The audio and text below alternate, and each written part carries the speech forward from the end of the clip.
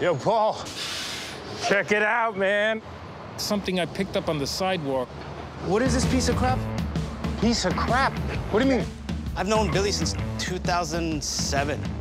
I started working with him at Houston and Bowery. He had a lot more quirky stuff, and I had more furniture. It was very iconic, and then it closed. And then he told me he's gonna set up shop here. What year does this bike look like to you? It's gotta be the 80s, looks like. 80s. Because look at the pegs. Yeah, 80s.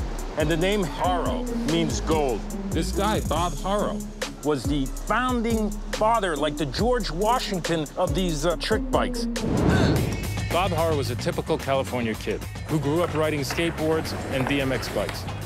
One day gets the crazy idea, why not ride a BMX bike at the skate park and do the same tricks skateboarders do? It gave birth to a whole new sport called BMX freestyle. Bob started making his own modified bike frames for freestyle riding, and his early frames became highly collectible. You may think BMX freestyle was a suburban thing, but it was just as popular in New York City. Guess what I paid? Nothing. You ready? You ready? Yeah. $250.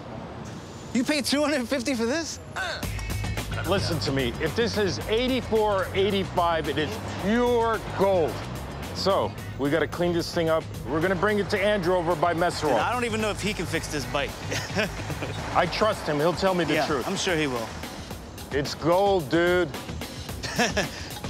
It's yellow.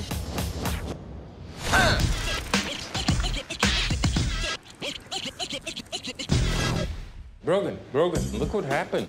Look, a deal. Yes. I made money, Brogan.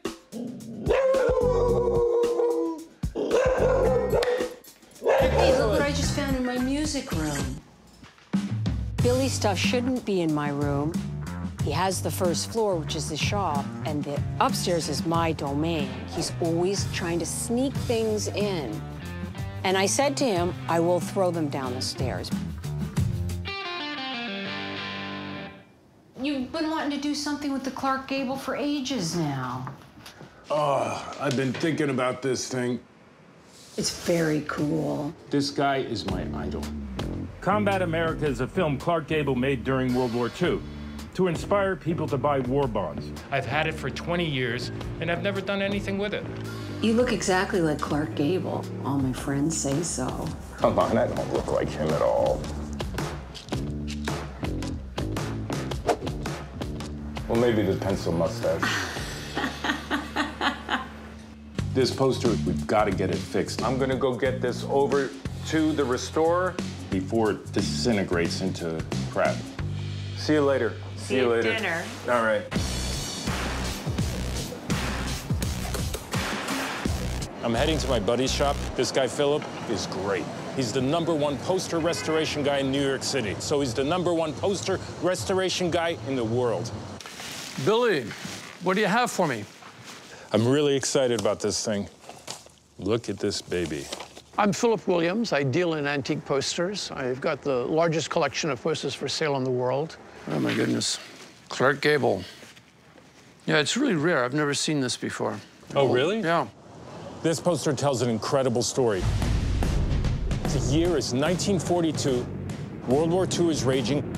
And Clark Gable, one of the biggest movie stars on the planet, signs up to fly bombing missions over Germany. The documentary Combat America is really great because he goes around and talks to all these gunners and pilots, and you can see when he's talking to them, they're equal.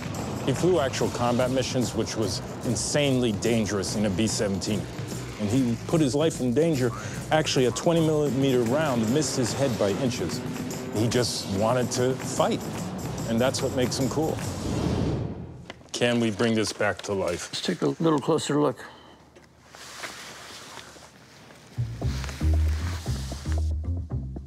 It's a water-soluble tape that's very simple to remove.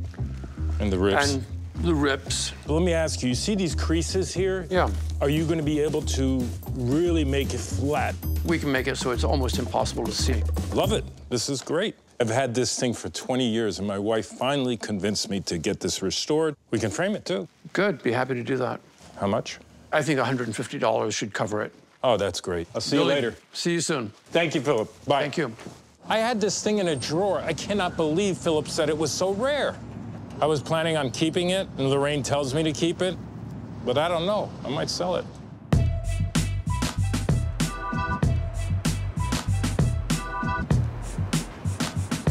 I produce hip-hop records for a lot of underground acts in NYC.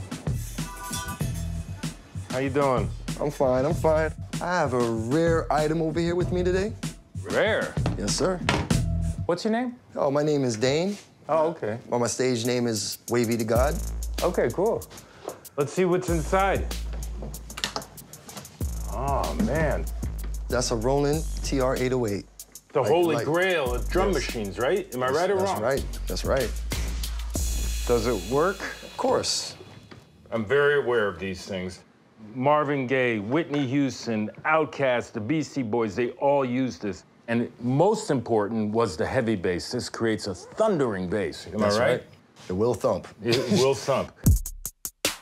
The TR-808 is the perfect example of something that is valuable now, but was a total failure. When they were introduced, they cost over $1,000, and they didn't sell very well. So Roland discontinued the model after a few years.